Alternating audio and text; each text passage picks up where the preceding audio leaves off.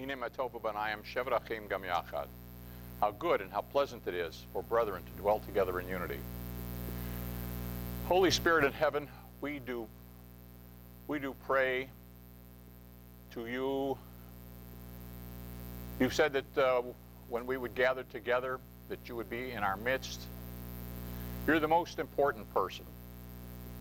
We come here to be with you. People put forth effort and labor and contribute and yearn to be closer to you.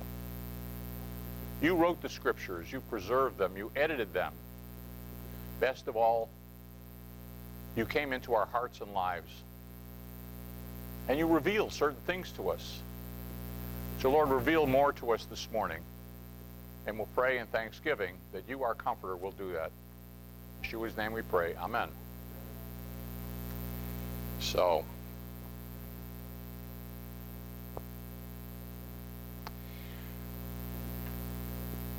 I've often been taken with the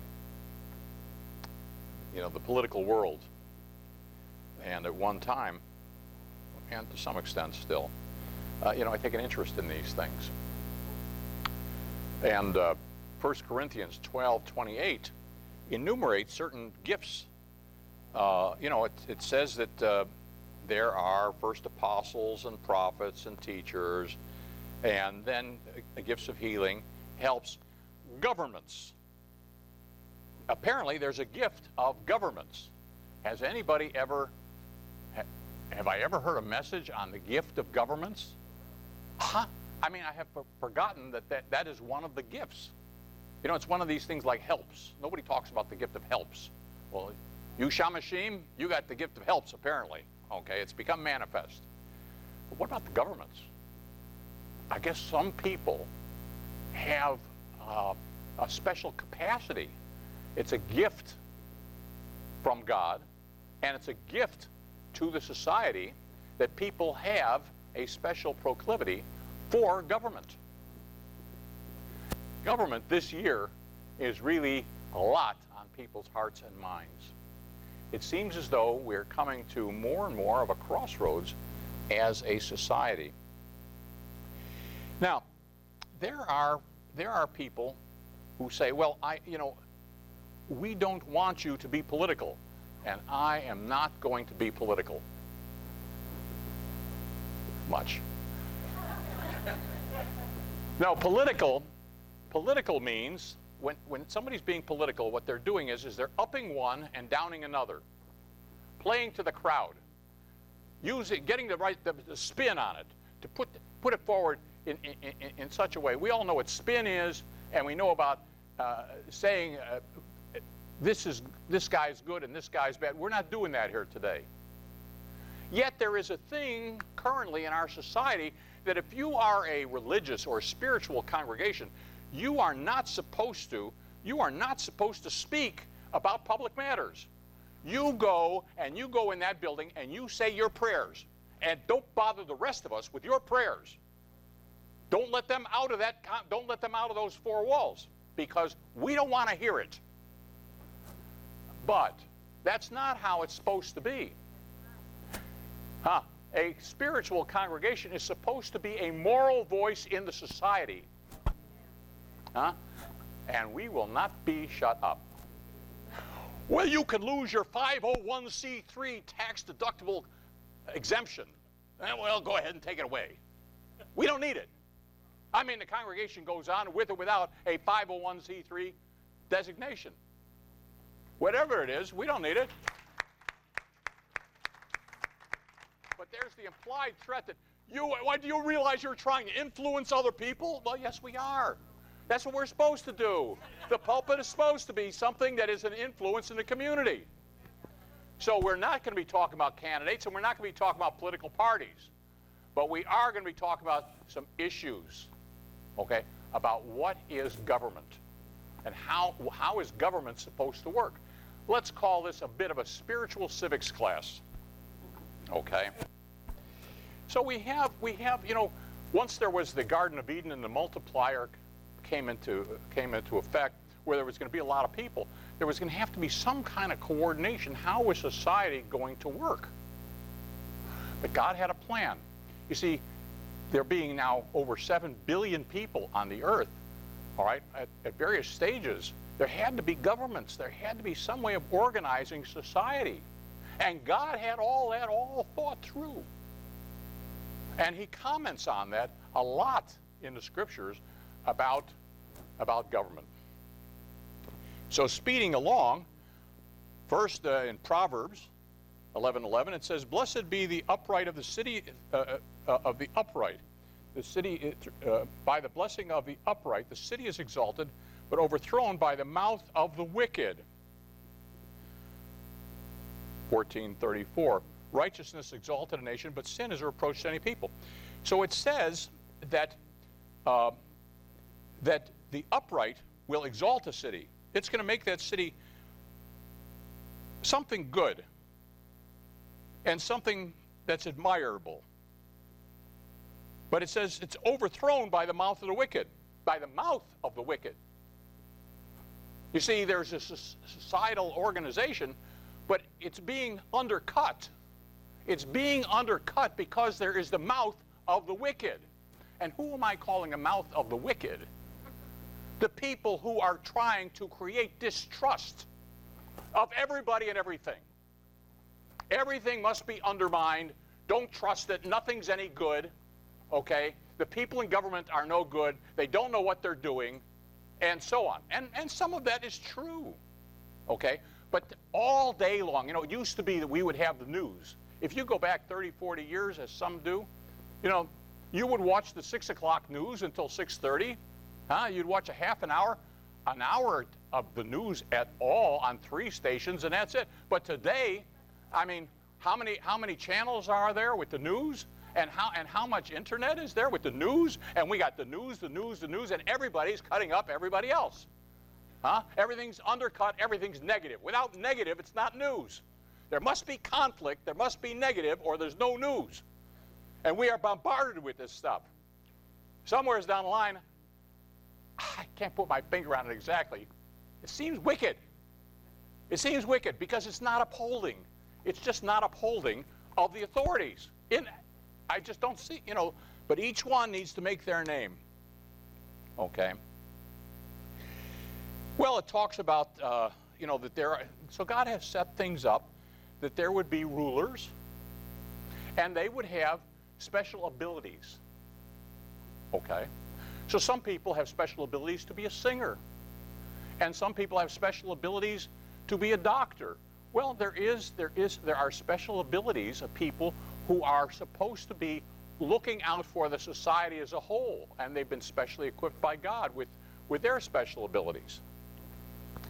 But it says in Deuteronomy 17:16 that whoever is a ruler is not to be multiplying horses for himself. All right? In other words, that says the ruler cannot be corrupt. He cannot be feathering his own nest, and he doesn't have to take a bribe in order to be corrupt. All he's got to do is put his own interests before the interests of those he's supposed to serve, and he has been corrupted. I got to remain in office. What good am I if I don't remain in office? So it's the thin edge of the wedge. And so a little bit at a time, our office holders, why it's heady stuff.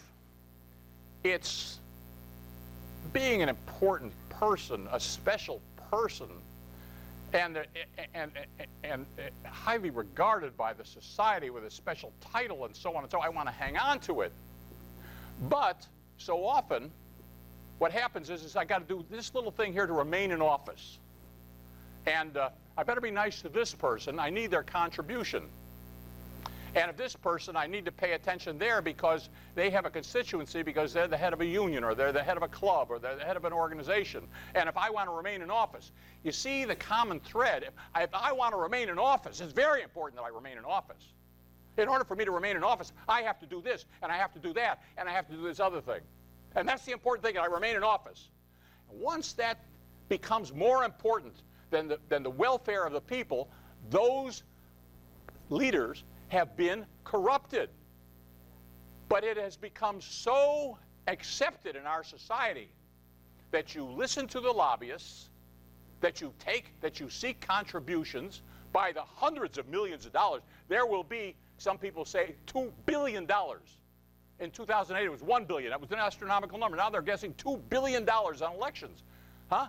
So who's giving that money? Well, there has to, people have to be nice. They want the contributions. And we have accepted this as a fact of life. It's necessary. How else are we going to have all these television commercials for 2 years?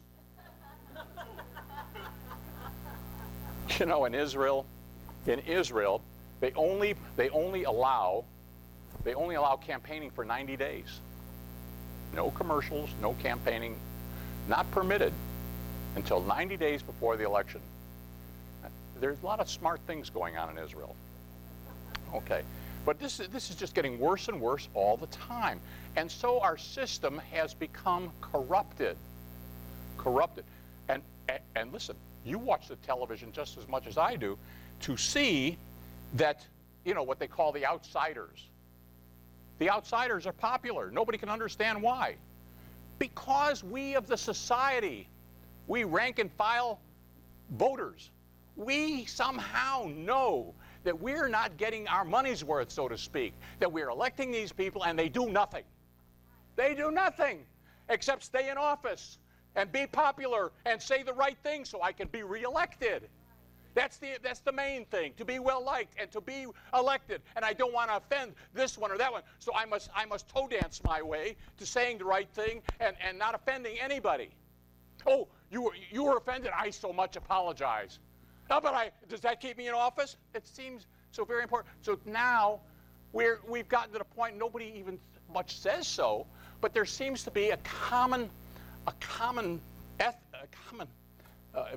desire to have some no-nonsense people come in there and who are just going to serve the people, who don't need the job or who haven't had the job before, but who we believe are going to get things done.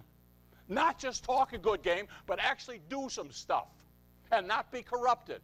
We need some people who we can believe in their character, not necessarily the things that they say, but somehow we are able to perceive, is this person going to be able to get things done? Oh, I've been predicting we're going to have an evangelical president. I've been saying that for a year. I hope for it. I'll tell you, when I get into an airplane, I look in a cockpit, and I say, would I prefer to have a Christian or a pilot? I get to the point, I really so much want a believer to be in the White House. I really do. A new kind of light needs to come in. But I'll tell you, I don't want a corrupted politician, corrupted by the ways I just said, to be in there, even though they're a believer. I want somebody who's just going to do what they say they're going to do, no nonsense, and get her done. And look out for the welfare of the people, not the welfare of themselves.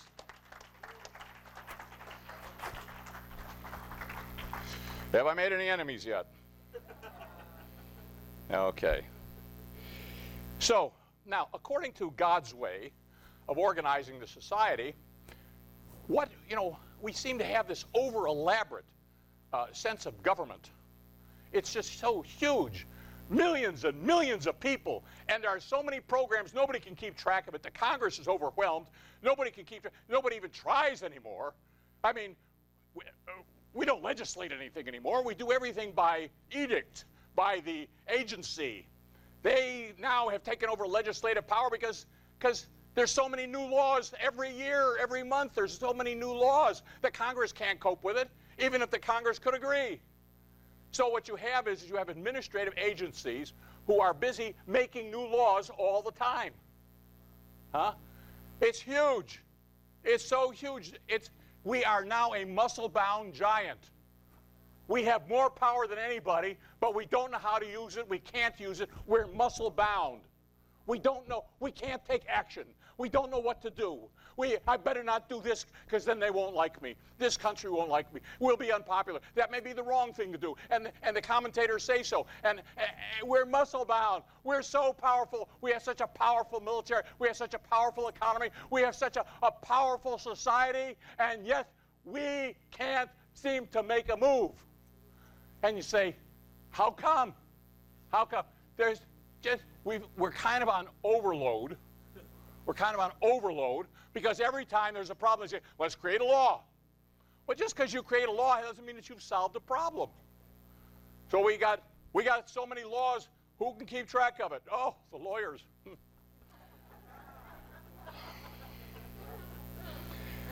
Well then, somehow, the word bureaucracy was a French word that came because of overload in the French society, where they were so bogged down with offices, nothing was getting done.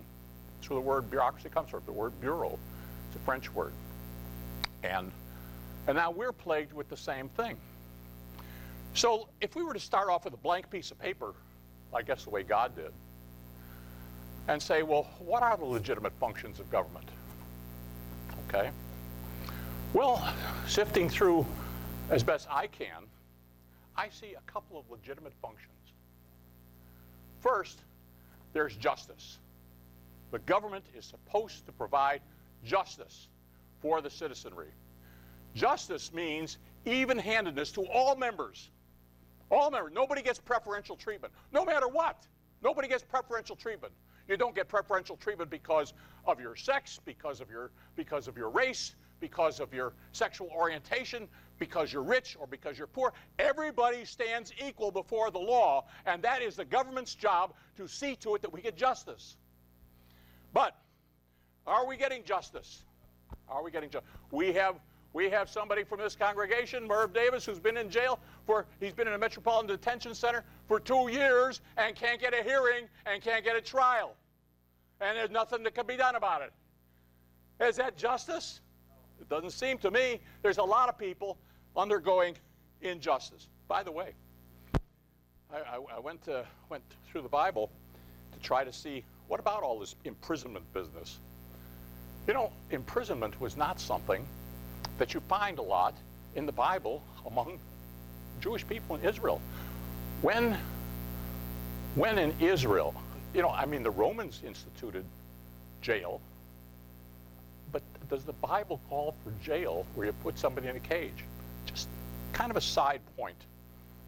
I maybe shouldn't have even gotten into it, but in Israel you have banishments, beatings, beheadings, burnings, property confiscation, exposure to wild beasts as a punishment, hangings, hard labor, scourgings, and stonings. All penalties at some time or other are used in the Bible. Putting people in cages, I didn't find it on the list. Take that little point and put it in my pocket. Okay. How is it supposed, but okay, so there's justice. We're supposed to have justice. All right, that's a legitimate function of government. Nobody else can do that.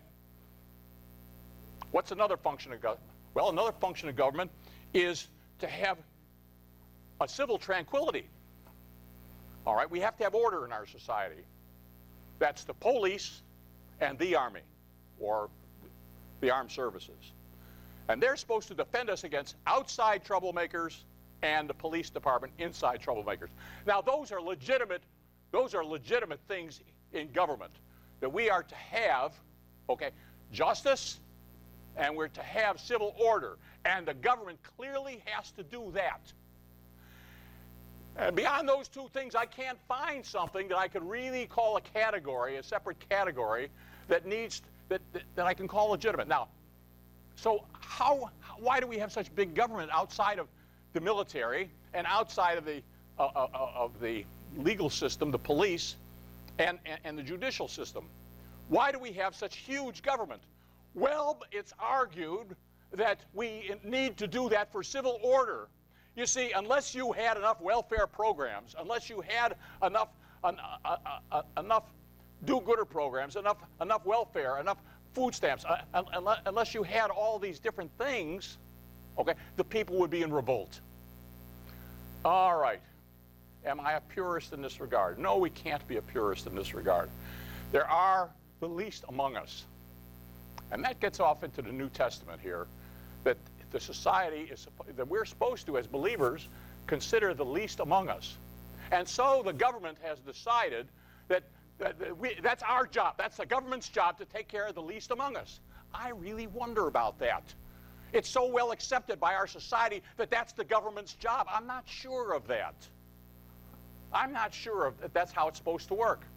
It doesn't seem to me that as if I'm the government, that what I'm supposed to do is be generous with Judith's money to give over here to Gary. Yes. My, what a good boy am I. I am so generous. I took care of the disabled. I took care of the people who were hungry. I took care of the people who were without clothes, and so on and so forth. And I did that because I required it of Judith. And Judith, being a good person, she said, well, okay, I'll go along. Huh? And so I made a transfer over here to Gary. And you know what? Hey, hail me, I am generous. But I'm not generous. I'm just taking from her and giving to him. No, the Bible calls for individual generosity. Individual generosity. Generosity by the congregation. You see, people have forgotten about the congregation as a legitimate form of government and distribution and having a role in society, but it has been shunted aside. Basically, over time, people were to look to their congregation for this kind of help, and the people in the congregation gave it. And so, there was a mechanism. But it's largely been destroyed because the government has taken so much money away from Judith. I shouldn't be picking on you. The government has taken so much away that we already feel so depleted because the government's taken, such a significant percentage that, I'm already doing my part. Thank you very much. You're already bleeding me dry to help this one and help that one and so on. And then there's the tremendous waste where there's a society-wide conspiracy, conspiracy to do what I have to do and no more. That doesn't sound like Yeshua, does it? No, it certainly does not. But the way it's supposed to work is we give out of a desire to give, to please God, to honor God. And that whole thing seems to be being done away with. What about these taxes? There's all these discussions about taxes, and should it be 39%? Oh, the 1%, those evil, terrible people, we need to take more from the 1% and give it to the poor, disadvantaged elder over here.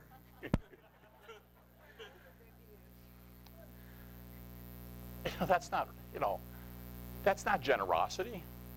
Not generosity. So you say, well, some people say it should be 25%. Some people, there's all kinds of formulas. What was God's formula? God's formula said 10%. So God says, hey, 10% will cover the whole thing if you do it right. And then there's offerings. You can go above 10%.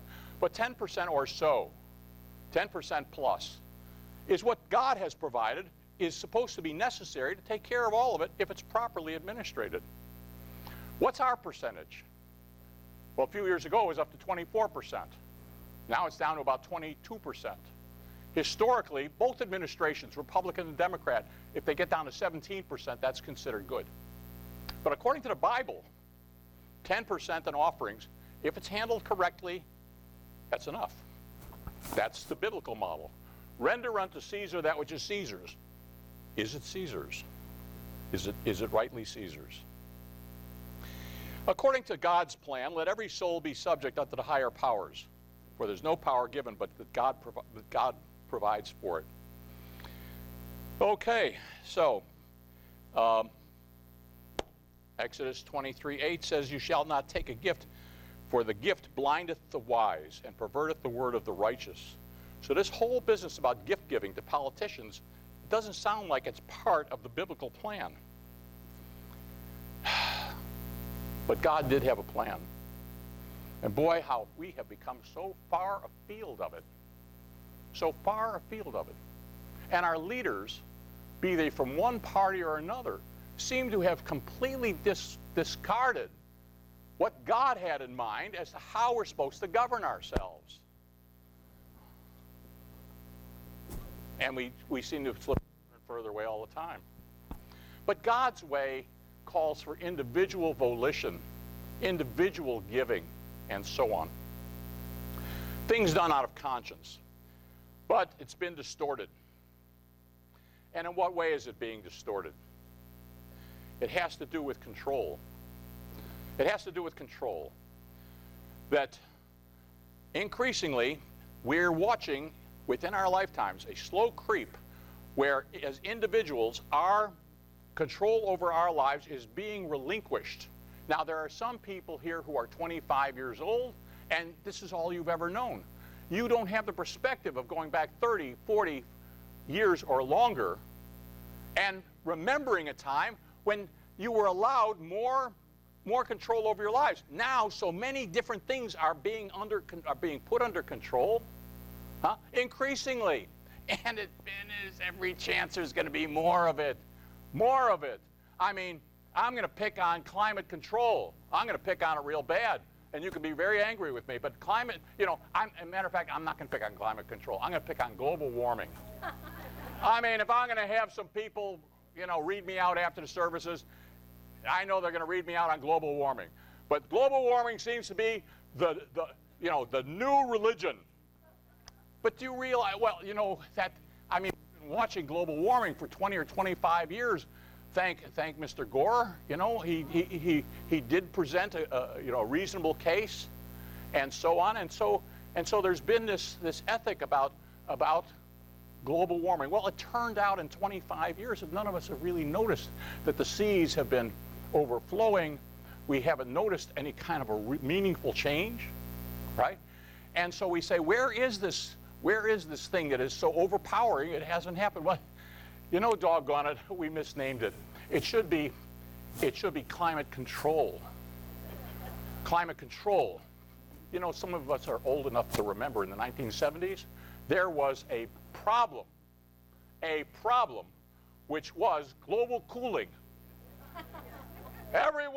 All the politicians were talking about global cooling. What a frightful thing. The glaciers are accumulating and we're all going to be frozen out and the planet is, and the growth, the vegetation is, it's going to be terrible. And so that was in the 1970s. Now it's global warming. Well, but that got to be kind of difficult to defend, although that is settled science. Have you heard that that's settled science? Settled science. Of course, settled science said that the world was flat. That was settled science. At one time, there was something the scientists called spontaneous generation. Put out a piece of meat, and it will breed flies. Flies will be created out of the meat, called spontaneous generation, and that was settled science. Then there was the thing about bleeding people. Went on for hundreds of years. Settled science. You got an illness? If we took some of that bad blood out of you, we'd improve your situation. Settled science. Leeches. Also settled medicine. Went on for hundreds of years. You can't challenge that. That's settled science. Well, I'm not settled about it. I'm not settled about it. Now, I think I have a problem with this whole issue because I'm so conscious of the idea that people that our freedoms are being encroached upon. Don't be mad at me. I'm supposed to speak on the moral issues of the day. Okay? So now what's happening is we have increased control. Let me see. We have a problem. We have a problem with Islamic terrorism. Islamic terrorism. We have a real problem with Islamic terrorism. But the secret and the answer to it is that if we will solve the problem of climate control, that's the best thing we can do to end the terrorism from the Islamic. So let's get busy and let's solve the climate control because that'll really sock it to them. What a bunch of hogwash! What a bunch of baloney! What a bunch of hooey! And nobody believes it. I don't know if the people in the White House who wrote it, I don't know that they can believe it. It's so far-fetched. Blame everything on global warming, climate control. Climate control means if it's getting too hot, that's no good. If it's getting too cold, that's no good. Yeah? We need to control our situation. Mankind has to be able to do that which God does, which is to control the climate.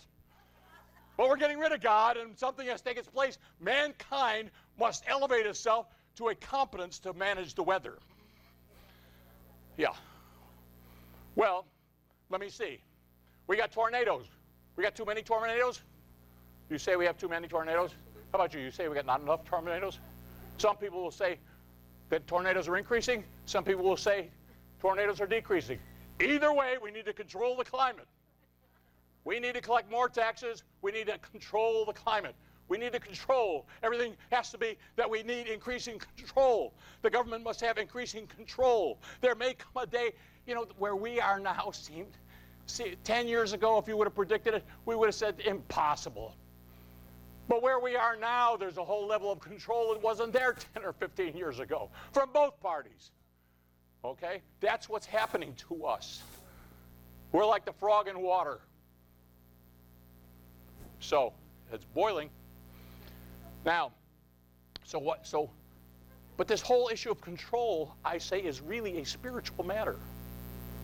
Really, it's a spiritual matter, the issue of control. Why do individuals, you've ever met controlling individuals? Controlling individuals, they got to get it pinned down. That's born of insecurity. If you are insecure as a person, you want to have more control over the situation. You can't just leave it to other people. You need more control. It's born of insecurity. And without God, there's more insecurity. And so mankind feels the need to have more control. More control for mankind. And that's the direction things are going, where government is on the road to all the time more and more control. And 10 years, 20 years, and should the Lord tarry, it's going to be worse. There's going to be more desire for control because the next generation is going to be more used to the control that we have now, and therefore it'll be okay to have some more government control. So let me see how this goes. There were some scriptures that perhaps speak to this issue about control. Speaking from Revelation 13, verse 11. And I beheld another beast coming out of the earth, and he had two horns like a lamb. He spoke as a dragon. He exercised all the power of the first beast, and so on and so forth. He does great wonders. He deceived them that dwelled upon the earth by means of miracles. He had power in the sight of the beast, so on. And so you know who I'm talking about. I'm talking about an agent, a primary agent of, meaning the adversary. Now, when it says in verse 16, it says, verse 15, it says everybody's going to have to worship this image of his being. Verse 16, it says, and he causeth all great, small and great, rich and poor, free and bond, to receive a mark on their right hand and on their forehead. This is a coming. And that no man might buy or sell, lest he have the mark of the number of the beast. So it was 666, okay, and so on. So here we have a situation coming. There's no escaping it. It's a coming. There's going to be a person. That spirit that really wants control, sooner or later will incarnate into a human being. And that human being is going to have the power for control. And government is going to become so effective, so comprehensive, that no one will be able to buy and sell except it be by permission of the government.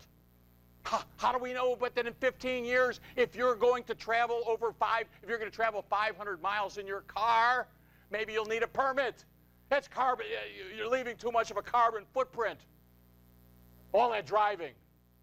Did you apply? Did you get permission?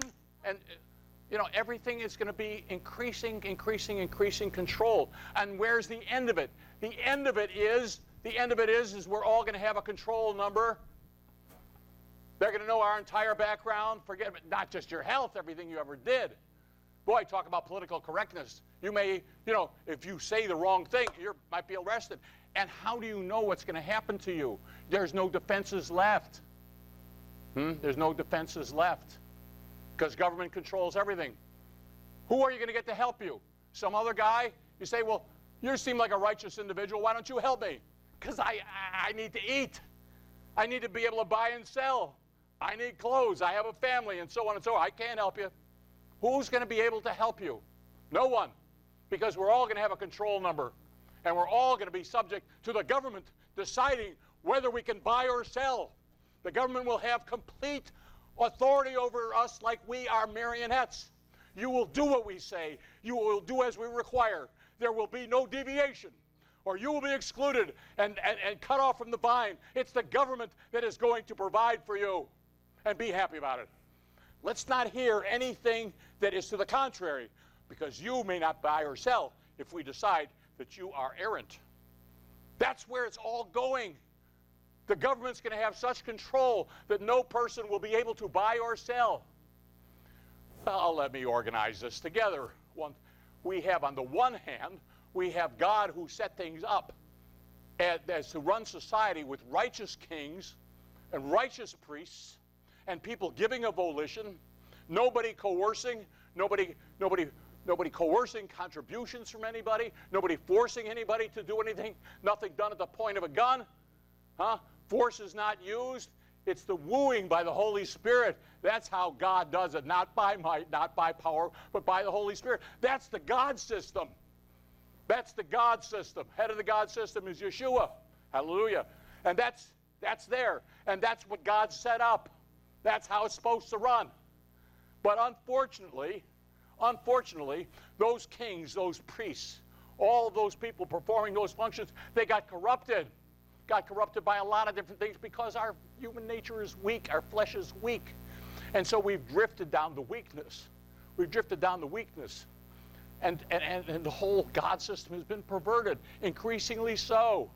And where is it all going? Inch by inch, year by year, decade by decade, century after century. It's going towards this situation where no man can buy or sell. The government will have you locked down, but so tight. You know, the devil says, you better do what I say, or I'm going to get you. You better take your next fix, or it's going to be painful. You better do this. But it's all coercive. It's all forcing. And what's more, how much of it is manipulative, that's not from God either. So we got two systems. We got the system that exalts God, that gives free will, nothing done out of coercion at the one side. That's one form of government. And the other is no man can buy or sell. The government will control everything. And we have been drifting towards this government control big time. But the God system is still over here. Where does it exist? It exists in this room. It exists in other congregations. It exists in the hearts of tens, even hundreds of millions of believers who have the Holy Spirit in our hearts. That's where the God system exists. That's where we're inwardly motivated to give. And we do not give out of coercion. You show me somebody who's trying to manipulate me for my contribution, I'm not getting it. Somebody threatens me, you better do this or else. I'm just enough of a rebel to say, oh, no, you don't. I just don't respond to coercion. That's the God system. A giving, self-directed, generous system in the favor of God. God is the author of freedom. And that was watched over by the founding fathers of this country in a great experiment. And the experiment gave us a constitution, which is not so much a list of what we can do. It's a list of things, ways that we are protected from the government overstepping in arrogance in its authority. There are lots of safeguards built in, and those are eroding, ladies and gentlemen. They are eroding. So we have, let me see, we got the God system over here, we got the devilish system over here, and it's all drifting this way. All drifting this way. And what can we do about it? Little old me. I'm just stuck here. I have to live out my years on this planet. I have to watch those news broadcasts and feel helpless to watch the whole thing drifting in the wrong direction. And what's more, it's prophesied. That means it's going to happen whether I like it or not. Whether I do something or not, it's going to happen. How do I feel about that? Not that good.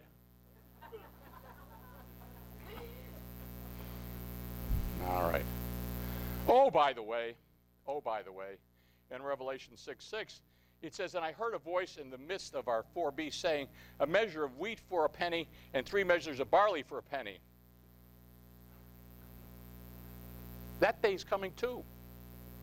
That day, when in order just to feed ourselves in a most rudimentary way, we're going to have to work all day to get a measure of barley and a measure of wheat.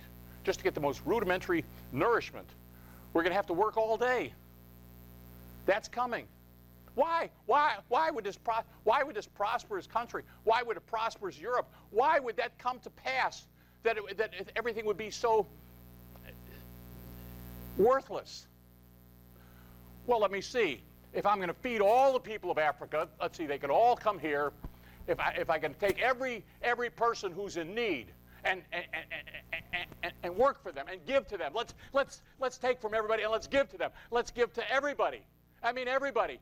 Anybody who's got a problem. Let's spend money. Let's give them money. Let's just, and so on. And what's more, hey, we used to have a 90% tax bracket. Let's bring it back.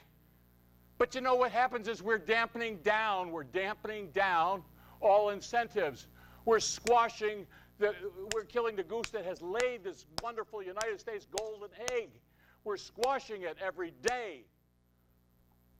And so there's got to be some limits. God provided for personal property. God provided for personal initiative. I think Abraham was a wealthy rancher. And so on. So there's coming kind of a universal minimalization and poverty coming. So we've got these two systems. Matthew 13:25 talks about the wheat and the tares, that there will be two groups, that which is fruitful and that which is wasteful, that which is going to bear fruit and that which is just going to be burned up. And that could be a reference not only in terms of believers, but in terms of these two governments that we're talking about. And each government is growing. The government of God is growing. The number of believers on the face of the earth is growing. But this other government is also growing. The government of non-belief, it's growing, increasingly so. And we're not near the end of it. We're not near the end of it. Have I cheered you up? Okay. Well, it says that in Isaiah, says, "Of the increase of his government of peace there shall be no end upon the throne of David and upon his kingdom to order it, and to establish with judgment and justice, and henceforth forever and ever." Yeshua promised to save us. Yeshua promised to overcome all the negative, adversarial, spiritual negativity in the world. All of it will be under his feet. But for the time being, we have these two governments that are being built and thriving. What are we to do as individuals?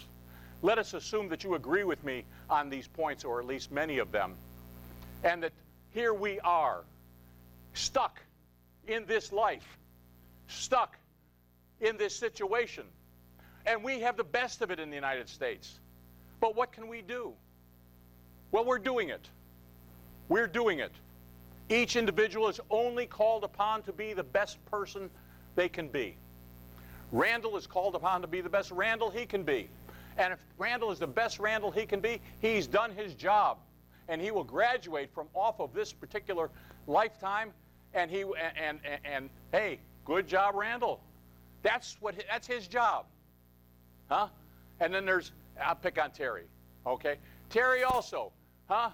Good job, Terry. You did a good job. Whatever it was you were called upon to do, you gladly did. Good job, Terry. Each of us is only called upon to do our good job. That's all. And the rest, we will wait for God to solve the problem. But doing our good job is our job. So that's what's ahead of us. That's what we can look forward to. We have been drafted into an army. We're the army that Isaiah says that of the increase of Yeshua's government there will be no end. I believe it. You believe it. How's that going to happen? There is an army. We're a very quiet army. We're very quiet. We're a very quiet army. Huh? So often we sit back and say, oh, God will do it. Okay? But we're a very quiet army. And the world does not know how many tens and hundreds of millions of us there are. They can't understand the polls because we just are not speaking up. And it's okay for us to not speak up, but let us not feel dwarfed by the overwhelming avalanche of everything coming our way that makes us feel powerless, because we are not powerless, okay? And someday people, and maybe now, people are waking up that there are a lot of folks like us who want not the same old hash, that we want something new, something better, a restoration to better times that were previously. And we want our small voice to speak up on God's behalf. Our Yeshua, he has suffered reproach. He's been terribly slandered. His name has been dragged through the mud, and now he's blamed for everything. And if you even utter his name 100 years ago, if you didn't attend a church, well, that was shameful. Now, if you attend a church and you say, I'm a believer, you say, well, what's wrong with you, buddy? You're one of those born-again people, aren't you? Yeah, I am. Well, that's really too bad for your sake. Someday you'll get the enlightenment and know that that's all a fable and a myth. Yeshua's name has been bandied about in negative ways, increasingly so. It didn't stop 2,000 years ago. It didn't stop with him being insulted and spat upon. He's still being insulted, and he's still being spat upon. And if we lived 2,000 years ago, what would we be doing? What would we be doing? The society, the Romans would be against us. Huh? The king would be against us. Pontius Pilate would be against us. The armies would be against us. And what would we do? What would we do? There's Yeshua. He's being dragged through the streets. He's carrying a cross. He's being whipped. His face marred more than any man. His face marred more. And you know, there's been some real bang-ups in the hospital with burned faces and people who've had but his face marred more than any man. That's pretty bad. Huh? Took all of his strength. And what would we do? Which side would we be on? What would we say? Who would we be cheering? We face the same decision today. Exactly the same decision. Whose side are we on? Who are we speaking up for? And in the day when Yeshua was gone, and you were one of the people speaking up for him as he was dragged through the streets, as he was put up on a cross, years later, decades later, you would attend congregation and say, yeah, I spoke up for him. Yeah, I remember you. You were out there in the crowd and you were speaking up for him. And you wear it as a badge of honor. That's what you'd be doing decades later. You'd be wearing a badge of honor that you spoke up for the Messiah. Even though he was going to go to the cross, it didn't make any difference. You did your job by speaking up and mourning for him. Huh? So the issue's the same today. He's still being dragged through the streets. He's still being crucified in public opinion. He's still despised and rejected of men. And are we different than the people who lived 2,000 years ago? No, the issues are exactly the same. We are exactly the same people as 2,000 years ago. Our job is exactly the same as it was 2,000 years ago. Everything's the same. Only the technology has changed. The moral issues are the same. Rome wanted a lot of control, but God overcame it. God is God. God can overcome all of that. And